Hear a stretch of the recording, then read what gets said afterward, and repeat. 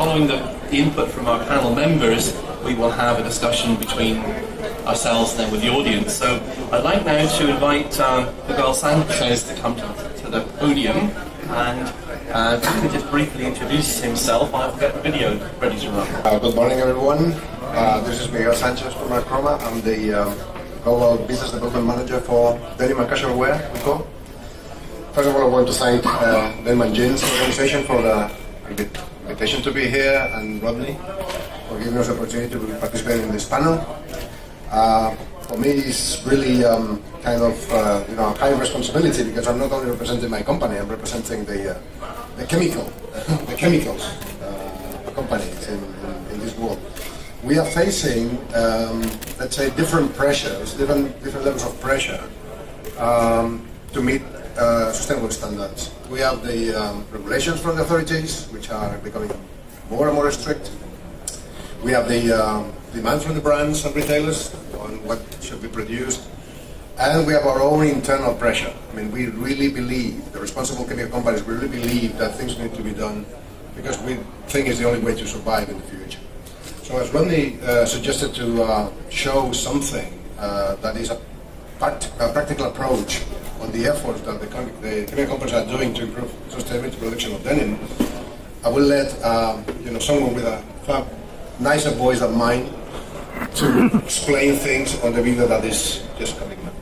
Thank you. So to make the point today that none of the factories that are here, the brands here, the dye companies here, we're not promoting one company, one product. This simply says these are the kind of things that for which we need to be talking about. Advanced Denim, for more sustainable denim colors and effects.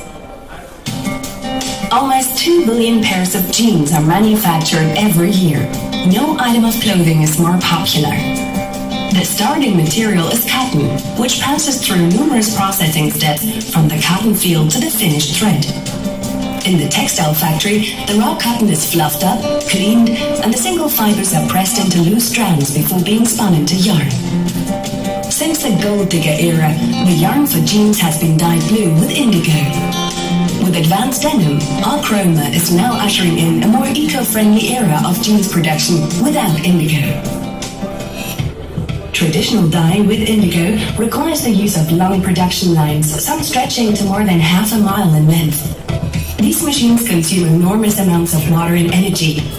Moreover, when the color is changed, most batches create large amounts of cotton waste because of the need to dispose of all the fibers still inside the machine. After spinning, up to 4,500 cotton threads are simultaneously pre-wetted, degreased with chemicals, and cleaned in several preparation baths.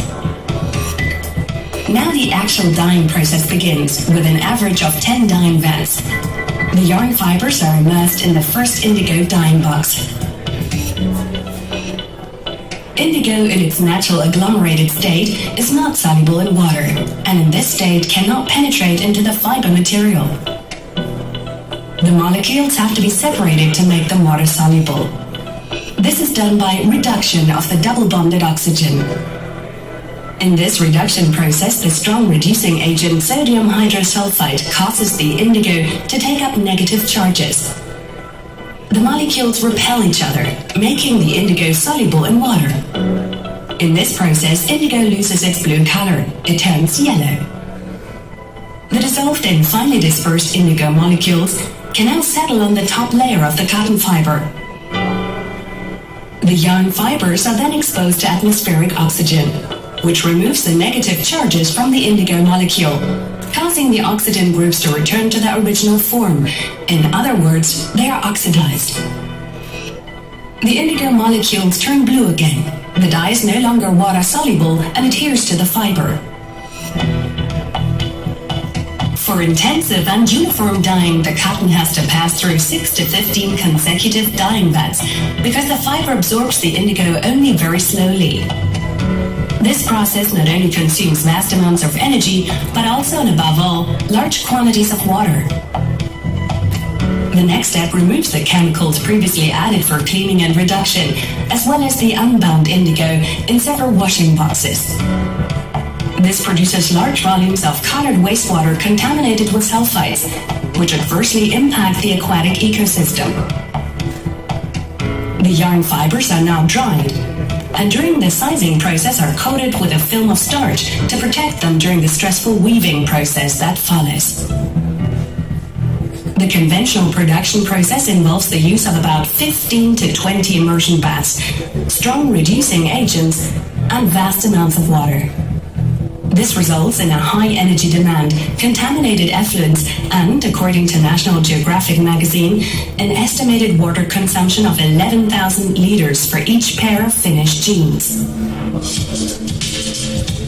The groundbreaking technology of advanced denim, the new pad sizing ops process, provides savings of up to 92% water, 30% energy, and 87% cotton waste during dyeing and sizing, and generates absolutely no wastewater.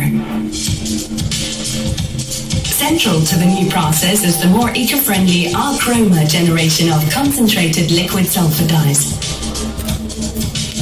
With a high affinity for cotton, just a single dyeing box and one sugar-based reducing agent are needed to obtain a medium color intensity.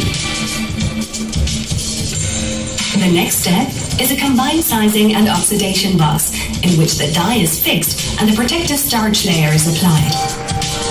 All the other working steps are eliminated. In chemical terms, dyeing with sulfur dyes closely resembles the traditional indigo process. But sulfur dyes not only have the oxygen groups, but also sulfur-containing functional groups, known as thiols. In the first step, as with indigo, the dye molecule is reduced, causing it to dissolve in the water and change color. In the oxidation process that follows, the dye is fixed to the fiber via strong ionic bonds, and the final color develops. The sulfur groups can cross-link with each other and can also bond very strongly to the fiber via the fixing agent. This improves the strong color fastness and high abrasion resistance. In contrast to the traditional indigo dye, the jeans keep their appearance unchanged for longer. The typical used look of jeans can only be achieved with a ring effect, with which the dye does not penetrate into the fiber core. Incidentally, why only the single yarn and not the entire fabric is dyed becomes apparent when we consider the type of weaving which gives denim fabric its characteristic look. The dyed warp threads run lengthwise and the raw weft threads run transversely across them from side to side. Most of the colored warp threads are visible on the outside, while the white weft threads face inwards. Manufacture is much more sustainable, and the range of colors has been greatly extended, from the classic blue to stylish lilac.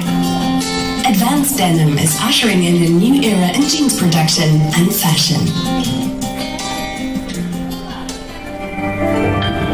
Archroma, life enhanced.